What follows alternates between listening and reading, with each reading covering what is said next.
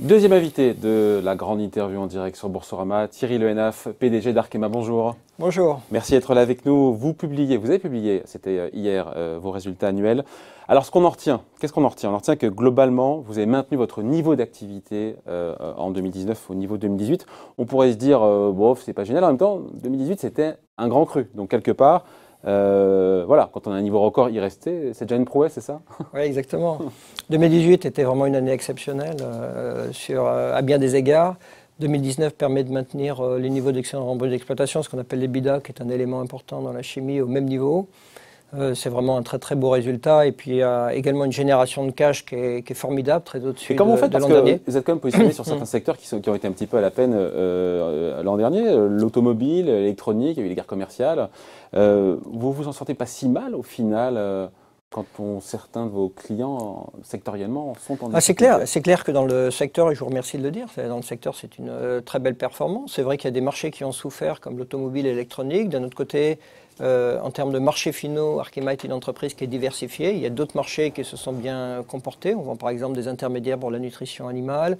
Il y a également beaucoup de produits spécialités qui sont tirés par les grandes tendances du développement durable. Par exemple, les batteries. On est très fort dans les batteries, c'est le cœur de la chimie des fluorés. Voilà, donc il y a beaucoup de choses dans un groupe chimique. Il y a vraiment toute tendance, beaucoup de tendances différentes. Et à la fin, ça fait un groupe qui a réussi vraiment à maintenir un très haut niveau de résultats dans cette conjoncture. Ouais, comment est-ce que le résultat net courant a baissé de 14% pour le coup l'an dernier?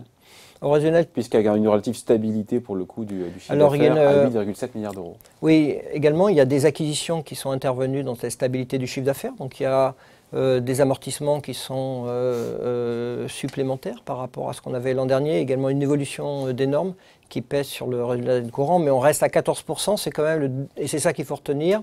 Moins 14%, ça permet d'avoir le deuxième meilleur résultat net dans l'histoire d'Arkema. Toujours par rapport à 2018 qui était le premier, mais vraiment une année exceptionnelle. 2019, malgré une conjoncture qui était davantage dégradée, on est un petit peu en dessous, mais on est toujours au deuxième niveau. Il ne faudra pas que ça baisse de 14% tous les ans non plus. Hein. Ce n'est pas le cas. On a depuis, sur les 5 dernières années, donc jusqu'à 2018, on n'a fait qu'augmenter le résultat net. Donc il faut voir que ça a été une année, enfin je dirais toute une série de transformations très importantes qui a permis à Arkema de changer complètement de catégorie sur 4-5 ans en termes de niveau de résultat. Donc on est un petit peu en retrait l'an dernier dans une conjoncture dégradée, mais ça reste à des très hauts niveaux. Conjoncture dégradée, conjoncture qui s'annonce compliquée quand on voit ce qui se passe au-delà des marchés financiers encore une fois et du mini crack boursier pour l'instant qui s'accélère. Vous avez calculé l'impact du coronavirus et là je me suis dit ils se sont trompés de zéro. Enfin je veux dire 20 millions d'euros de revenus opérationnels sur janvier-février, c'est l'épaisseur du trait. Pourtant, vous êtes présent en Chine. On est quand même... bon, c'est surtout février plus que janvier. Hein. Ouais. En gros, janvier, c'est 5 millions. Et 15 en février. 15 millions en février. Après, on verra en mars qui devrait être encore un peu supérieur à février.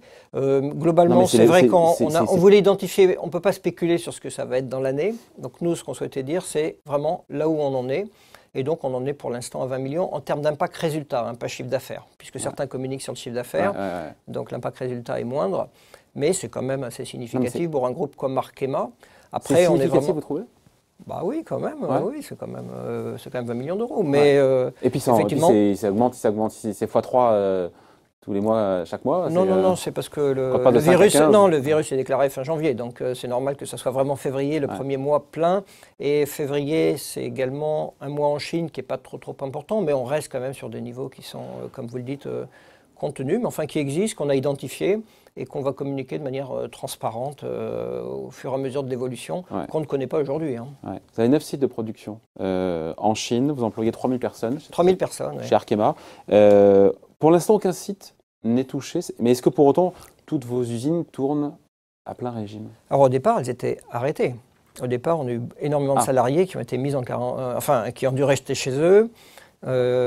N'oubliez pas que c'est arrivé pendant le Nouvel An chinois. Donc il y avait un certain nombre de salariés aussi qui étaient en dehors de Chine, etc. Donc aujourd'hui, on a à peu près sur les usines 90% des personnes qui sont revenues. Nos usines tournent à plein. Après, la difficulté qu'on a, c'est que nos clients ne tournent pas à plein. Ça peut être des clients chinois, ça peut être des clients dans le reste de l'Asie. Et donc aujourd'hui, même si on considère qu'en Chine, et espérons que ça reste le cas, il y a une sorte de pic et on commence à voir la situation s'améliorer. Au niveau des clients, il y a encore des baisses de chiffre d'affaires assez importantes. Ouais.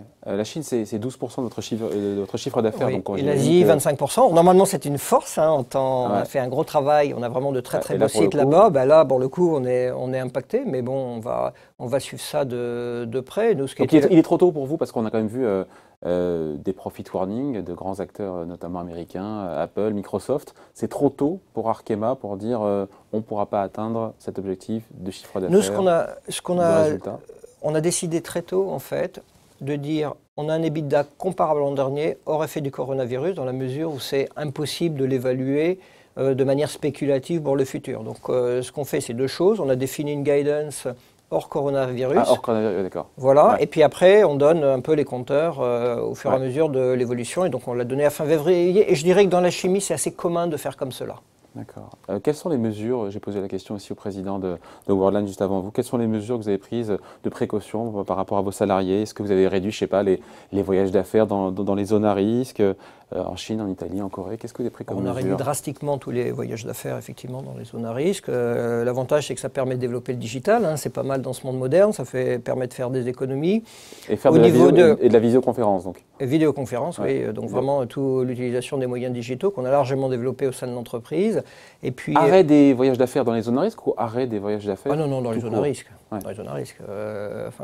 L'essence d'une entreprise chimique comme la nôtre, qui est vraiment très orientée spécialité, c'est quand même d'aller voir les clients et donc de développer notre... Donc on l'a fait dans les zones à risque, on le fait de manière vraiment très raisonnable. Et puis derrière ça, c'est nos employés chinois, eux, qui ont été assignés à résidence pendant longtemps. Alors maintenant, au niveau des usines, c'est quasiment rentré dans l'ordre. Au niveau des bureaux, pas encore tout à fait. Il y a encore des personnes, notamment au niveau de Shanghai, qui sont encore assignées à résidence, mais c'est en train de se normaliser. Et votre analyse, de manière plus globale, quand on voit que manifestement en Chine, c'est en train de se stabiliser, voire de refluer l'épidémie, qu'elle se propage au reste du monde, notamment en Europe? C'est une vraie question. Elle va se propager en Europe, mais à quelle amplitude? Ça, personne ne le sait. Donc voilà, et quand vous parlez de l'Europe, il faut également parler du reste de l'Asie. Par exemple, si en Chine on a un pic, en Corée du Sud, on est plutôt aujourd'hui dans une phase plutôt difficile, hein, donc plutôt aiguë. Donc voilà, pour l'instant... Le PDG de Worldline qui était là avant vous, mais qui n'a pas la même activité évidemment, était assez serein justement sur l'évolution de cette épidémie. Dans quel état d'esprit vous êtes aujourd'hui? Je pense qu'il y a deux choses. Il y a par rapport à Arkema, dans ce monde qui est plus compliqué avec l'épidémie, je suis serein et on prend de la distance. De toute façon, nous, on est concentrés sur nos affaires. Derrière ça, par rapport à l'épidémie, en tant qu'épidémie, même si je ne suis pas du tout un spécialiste, c'est sûr qu'on est quand même très attentif, et notamment au développement en Europe. Et là, c'est à la fois le citoyen et le patron d'entreprise. Ça pourrait changer la donne, pour le coup? Si en Europe, justement, il y avait, comme ce qu'on a vu en Italie, des mesures de confinement, là, pour le coup, ça change totalement la donne. Totalement, je ne sais pas, mais ça changera la donne forcément, oui, bien entendu. De toute façon, on l'a vu en Chine, quand c'est arrivé de manière massive en Chine, ça a changé la donne en Chine, avec des impacts que chaque société essaye de chiffrer. Mais ça reprend, en tout cas en Chine, indépendamment de vos usines, ça reprend lentement, mais sûrement, pour le coup. Oui, ça reprend lentement et sûrement. Après, le scénario européen, personne ne le connaît aujourd'hui, donc nous, on ne spécule pas, et puis on va regarder, on va voir. Bon, il y a cette information Bloomberg, je dois vous faire réagir, je vois déjà qu'il va me dire pas de commentaires. Non, je n'ai rien dit. Comme quoi, le fonds activiste Elliott s'intéresse à vous et serait monté au capital d'Arkema. Est-ce que c'est vrai ou est-ce que c'est faux et pourquoi? Vous allez me dire pas de commentaires. Alors je vais vous dire pourquoi je dis... Depuis que Arkema a été créé, et Dieu sait qu'on a fait une route très très importante, des rumeurs, il y en a eu vraiment là-dessus. On n'a jamais commenté, on ne le fera jamais. Sur les actionnaires, sur les cessions, sur les acquisitions. Mais si d'aventure c'était le cas, le fait de voir que Elliott pourrait s'intéresser justement à mettre le nez dans vos affaires chez Arkema, ça ne vous fait pas spécialement plaisir, ça? Non, moi j'ai aucun commentaire à faire là-dessus. Nos actionnaires, quels qu'ils soient, on discute avec eux de manière très très ouverte et voilà, donc on n'a pas de commentaire particulier à faire sur ce sujet. Ouais. Sur encore une fois, le portefeuille, parce qu'on sait que plus que jamais, vous l'avez dit, vous voulez faire d'Arkema un chimiste de spécialité, c'est 70% des ventes. Ouais, c'est quoi d'ailleurs, pardon, pour ceux qui nous écoutent, c'est quoi un chimiste de spécialité? Alors c'est un chimiste qui est sur des métiers qui sont très applicatifs, avec fort contenu d'innovation, proche du client final. En termes de nature. Des exemples, Thierry Lenaf? Ah oui, des exemples, il y en a partout. Par exemple, on parlait des batteries tout à l'heure. Donc les matériaux pour batteries, que ce soit dans ce qu'on appelle les binders ou les agents de séparation. C'est vraiment tout le contenu des batteries, c'est de la chimie. Et la grosse partie de la chimie, c'est la chimie des fluorés. Donc Arkema, c'est vraiment des matériaux de spécialité. Les chaussures de sport, par exemple, toutes les batteries qu'on peut avoir. Mais on parle oui, dans les batteries, oui, toutes les batteries, notamment toutes les. Arkema est dans une batterie. Arkema est dans une batterie, oui, mais également les batteries des téléphones. On pourrait parler des chaussures de sport, on pourrait parler des automobiles. Chaussures de sport. Les chaussures de sport, les semelles de chaussures de sport de très haute performance. Vous avez entendu parler de ces chaussures incroyables, très très légères, qui permettent des performances fantastiques. Arkema est dans la plupart de ces chaussures-là. On était sur la grande majorité des chaussures qui étaient à la Coupe du Monde de foot, masculin et féminin. Donc on est vraiment dans l'automobile. L'allègement de l'automobile, l'allègement des matériaux pour réduire les émissions CO2 de l'automobile, c'est des matériaux. Arkema est très présent là-dessus. Donc les exemples de produits spécialité, chimie spécialité, ils sont extrêmement nombreux, ils sont partout. Et donc, Arkema est vraiment très très présent et c'est vraiment tout l'axe de stratégie d'Arkema. Et donc, racheter, continuer à faire des acquisitions dans cette chimie spécialité et pas dégager, mais sortir ce qui ne l'est pas.